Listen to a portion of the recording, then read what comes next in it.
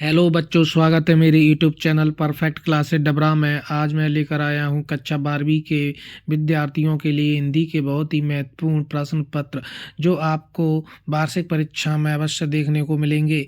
इसका पहला वीडियो हमने कल डाला था अपने यूट्यूब चैनल पर और आज इसका हम दूसरा वीडियो बना रहे हैं जो 31 से 50 तक इसमें क्वेश्चन रहेंगे और कल वाले वीडियो में 30 क्वेश्चन थे। ठीक है प्यारे बच्चों, अब आगे चलते हैं हम। 31 से कौन कौन से बहुत ही महत्वपूर्ण प्रश्न रहेंगे आपकी वार्षिक परीक्षा और 6 तारीख को होने वाला पेपर हिंदी विषय के लिए।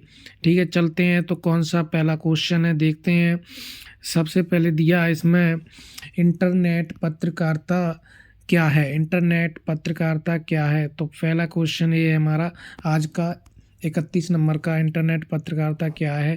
तो इसका आंसर लिखा है नीचे, आप देख के इसमें लिखना है तो आप लिख लेना, नहीं तो इसको आप नोट्स बने होंगे तो उसमें से भी याद कर लेना। ठीक है, सेकंड क्वेश्चन देखो।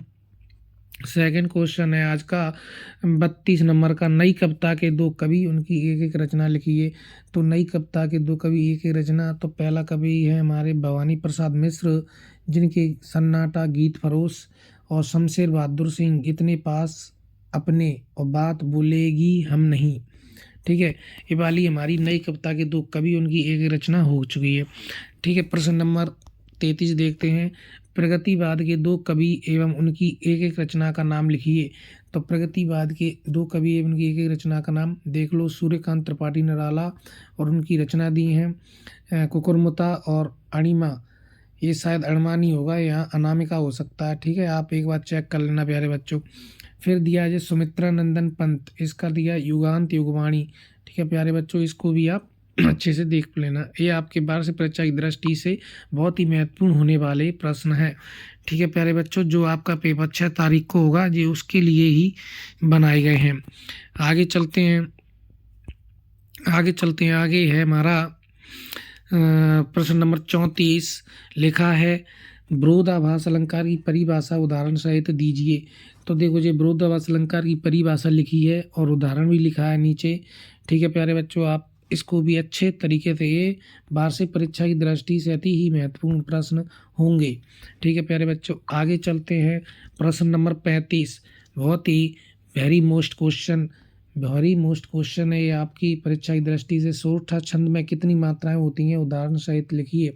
ठीक है प्यारे बच्चों, तो इसको आप पढ़ लेना और याद अच्छे तरीके से याद करके जाना है। ठीक है, हम इसमें से आपकी हिंदी में से अच्छे अच्छे क्वेश्चन चुनकर लाए हैं जो आपको वार्षिक परीक्षा की दृष्टि से महत्वपूर्ण होने वाले हैं प्यारे बच्चों। चलते हैं आगे क्वेश्चन नंबर 36 पर। क्वेश्चन नंबर 36 दिया है, निबंध किसे कहते हैं, किन्हीं दो निबंधकारों एवं उनके दो नाम लिखिए। ठीक है प्यारे बच्चों, ये भी हमारा वार्षिक परीक्षा की दृष्टि से अति महत्वपूर्ण क्वेश्चन है।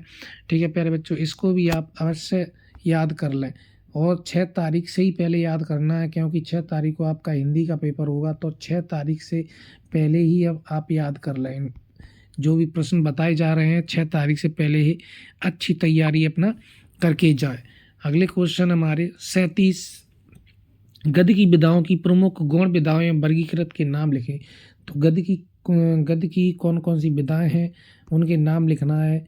तो इसमें दिए हैं उपन्यास, कहानी, निबंध, आलोचना, मतलब बहुत सारे इसमें लिखा हुआ है, तो आप इनके नाम आसानी से लिख सकते हैं। वेरी इंपॉर्टेंट क्वेश्चन है वार्षिक परीक्षा की दृष्टि से प्यारे बच्चों। बार बार इसलिए कह रहा हूँ कि आप इन्हीं को याद कर लोगे तो आपके 75 में से 75 नंबर अवश्य आ सकते हैं। ठीक है प्यारे बच्चों, प्रश्न अच्छे से देखे जाएं तो ये आपके वेरी मोस्ट क्वेश्चन है। ठीक है प्यारे बच्चों, ये आपके पूरे पक्के नंबर हैं एक तरह से देखे जाएं तो। चलते हैं आगे।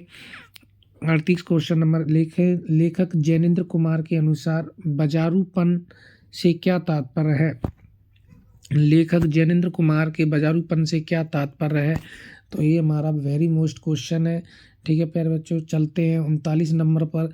सीरीज को कालजयी अवधूत क्यों कहा गया है।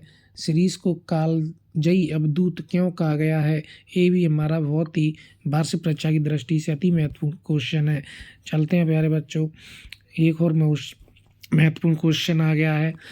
दिया है प्रश्न नंबर 40। लिखा है कि यशोधरा बाबू के चरित्र की कोई दो विशेषता लिखिए।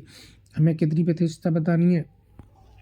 2 विशेषताएं बतानी है सुधरा बाबू की। तो इसमें 2 विशेषताएं लिखी हैं, तो आप इनको अच्छी तरीके से याद कर लें। या तो आपके पास जो नोट्स होंगे जिसमें से आप पढ़ रहे होंगे उसमें से भी आप इसको याद कर सकते हैं। ज़रूरी नहीं जो हम बता रहे हैं उसी में से याद करें, लेकिन फिर भी आपके पास नोट्स नहीं है, ये क्वेश्चन नहीं मिल रहे हैं, तो आप इसमें से नोट अवश्य कर सकते हैं। ठीक है प्यारे बच्चों, चलते हैं 41। क्वेश्चन नंबर 41 दिया, जूझ कहानी के आधार पर आपको कौन कौन से जीवन मूल्य ग्रहण करने की प्रेरणा मिलती है।